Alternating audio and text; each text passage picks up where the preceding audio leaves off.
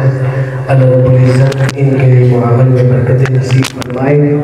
सय्यदना हुसैन रज़ी अल्लाह तआला अन्हु की शान बयान कर रहे थे। शायर ने बड़ा प्यारा शेर कहा कि सर मुबारक था सजदे अंदर नमाज सरवर पढ़ा रहे थे। सर मुबारक था सजदे अंदर नमाज सरवर पढ़ा रहे थे।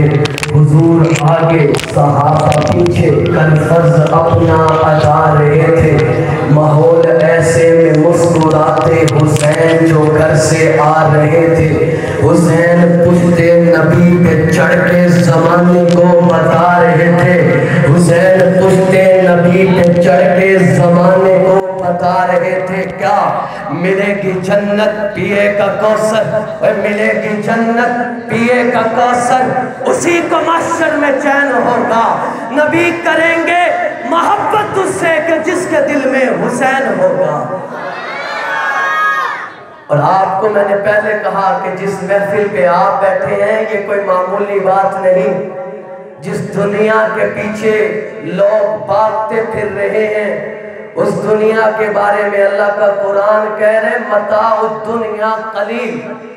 और जिसकी अजमतें बुलंदियां रिफतें सुनने के लिए यहाँ पे जमा हुए हैं उसके बारे में कुरान कह रहे लाला खुलुकिन अजीम।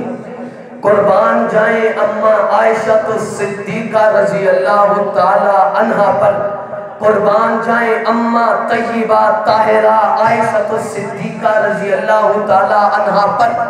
सहाबा जाते हैं अम्मा जान ये लाला खुलुकिन अजीम का क्या मतलब है कि मेरे नबी के अखलाक कैसे थे।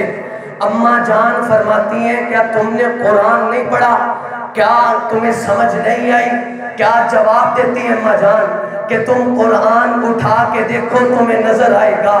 क्या नजर आएगा? अलहम्द मोहम्मद है, बरफाना लकाम का मोहम्मद है, जिक्र काम का मोहम्मद है, यासीन मोहम्मद है, मुज़म्मिल मोहम्मद है, मुद्दस्सिर मोहम्मद है, वज़्ज़ुहा मोहम्मद है, अलम नशरह लका सदरका का मोहम्मद है, बरफाना लकाम का मोहम्मद है। मुझे यूं कहने दीजिए 1400 साल पहले लोग मोहम्मद को देख के कुरान समझते थे और आज 1400 साल बाद लोग कुरान को देख के मोहम्मद को समझते हैं। ये मेरे नबी की शान।